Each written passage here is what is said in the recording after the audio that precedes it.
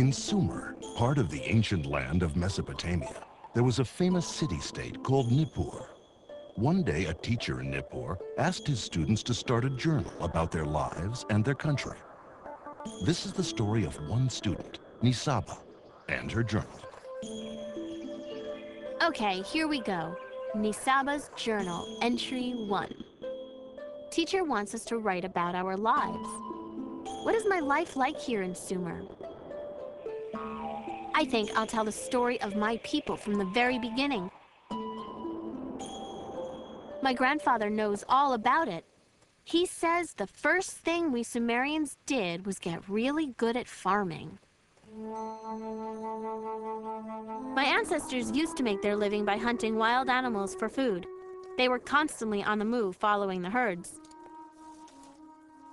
As they traveled, they would also gather wild berries, nuts, and greens to eat. But they often didn't know where their next meal would come from. It was a hard way to live. Then they discovered they could plant and harvest a kind of wheat they found growing wild. And they also found out how to tame wild goats and sheep and raise them for food.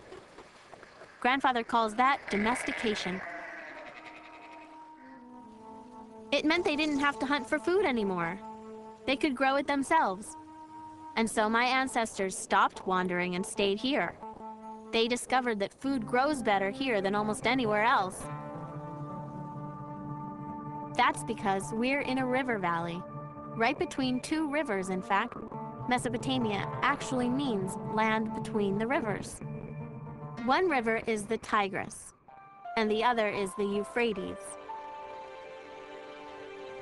My grandfather says it's easy to grow food in our valley because the soil here is so fertile. And he says that is because of the mountains up north. It snows a lot up there in the winter. When the snow melts, all that water runs down into the valley and into the rivers.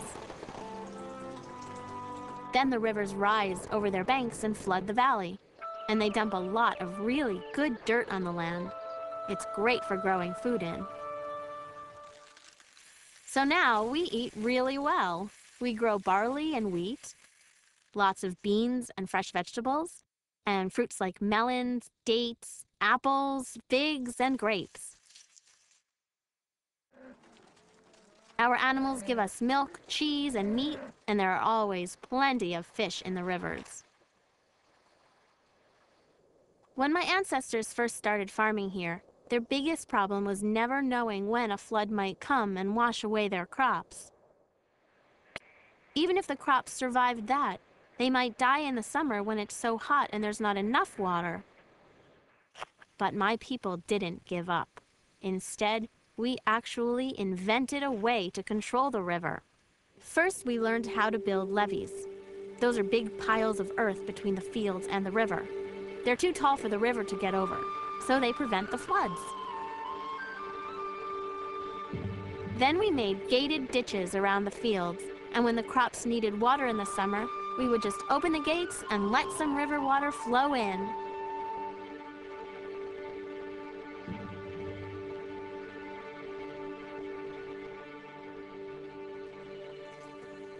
To plant our crops, we use a great tool called a plow.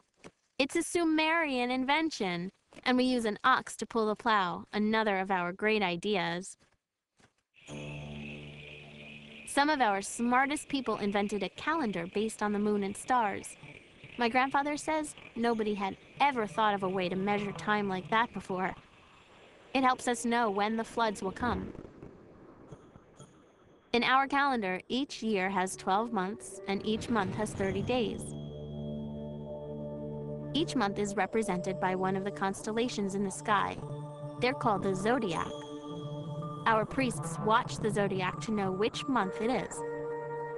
That way, they know when the floods from the mountains will arrive.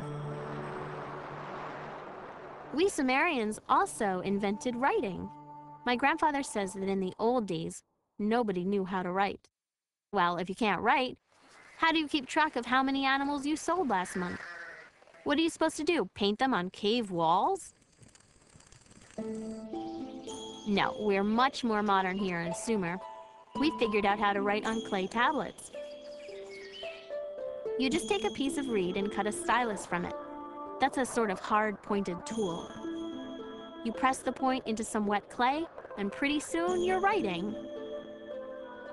Our style of writing is called cuneiform.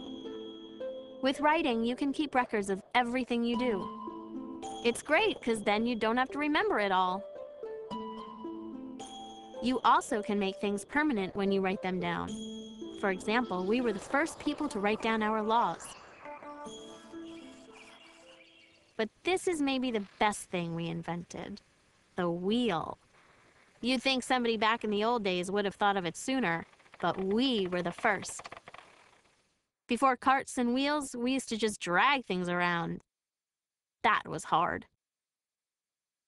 But like I said, we are very modern here in Sumer.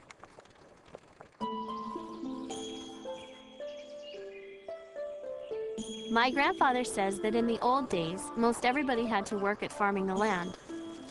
But not anymore.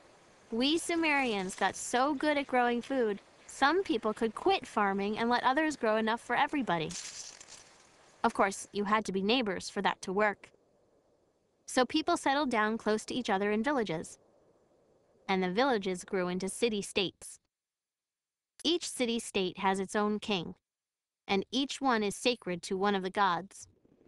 My city-state is called Nippur. It's on the banks of the Euphrates River, and it's the most holy city in all of Sumer. Nippur is sacred to the god Enlil, our greatest god.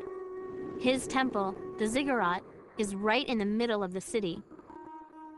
Our Ziggurat is named Eduranki, which means the house binding heaven and earth. The Ziggurat is a huge square building, sort of like a pyramid. It's made of several layers, or stories. As you go higher up, each story is smaller than the one below. The very top story is the temple, where the god lives. Around the Ziggurat are houses where the wealthy people live, like priests and merchants, for instance. They live in two-story houses. Further away from the temple are one-story houses where shopkeepers and craftspeople live. And beyond them live the farmers and fishermen. All the land outside the city belongs to the city-state too, but most people live inside the city walls. We are very good at making bricks out of mud. That's a good thing because there's a lot of mud here.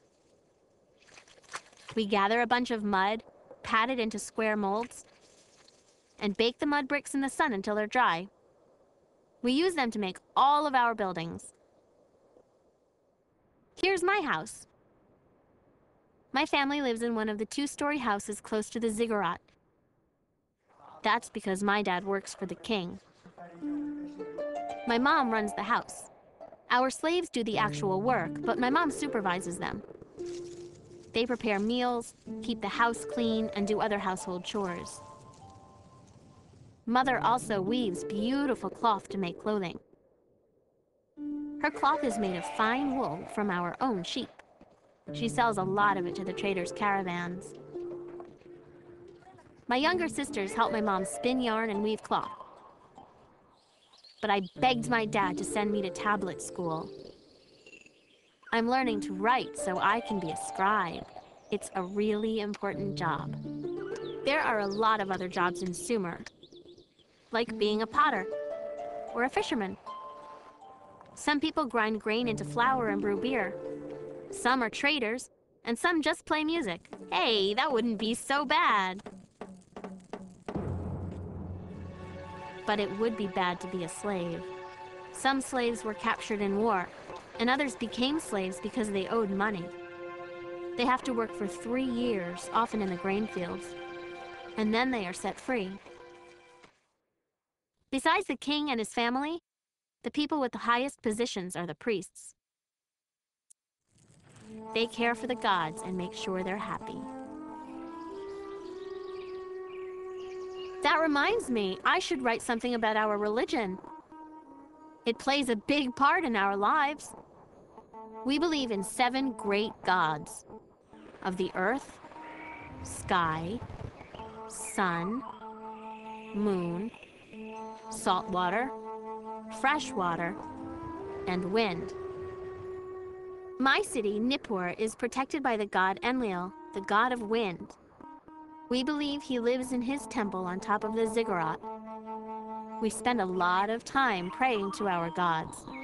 A lot of people even make a little statue of themselves praying and leave it in the temple. The statues keep on praying while the people go about their daily chores. Our priests hold ceremonies to honor the gods and offer them food twice each day. My older brother Shulgi is a priest in the ziggurat. Only priests are allowed inside. Shulgi reminds me of that every chance he gets. We believe the gods own the land and everything on it. So we give the gods everything we grow. Then the priests share it with all the people. They make sure everyone gets enough. Each city-state in Sumer has a king called an Ensi. We believe he was chosen by the gods to rule us, and that it was the gods who gave us our laws. Our king makes judgments when people have arguments. He's in charge of all our trade with other cities.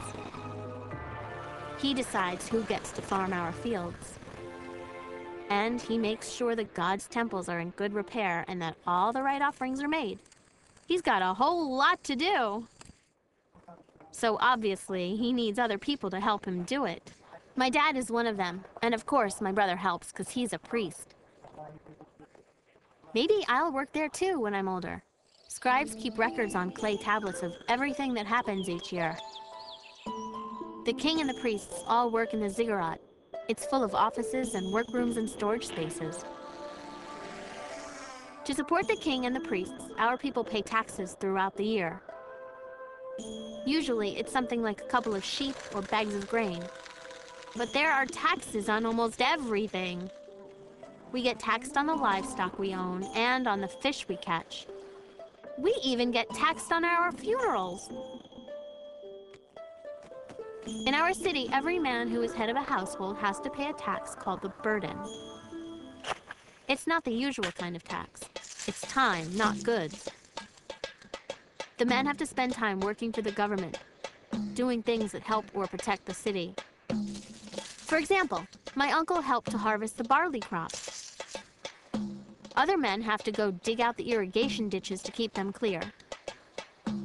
Our neighbor sent one of his slaves to do his work. My dad says you're not supposed to, but people do it if they can afford it. All the taxes go to the king. They pay for our army, which is pretty expensive, and also for repairs and improvements to our city. My grandfather always says, there are priests and there are kings, but the tax man is the one you should be afraid of. Well, that's my journal entry for today. I think it's a pretty good picture of who we Sumerians are and how we live.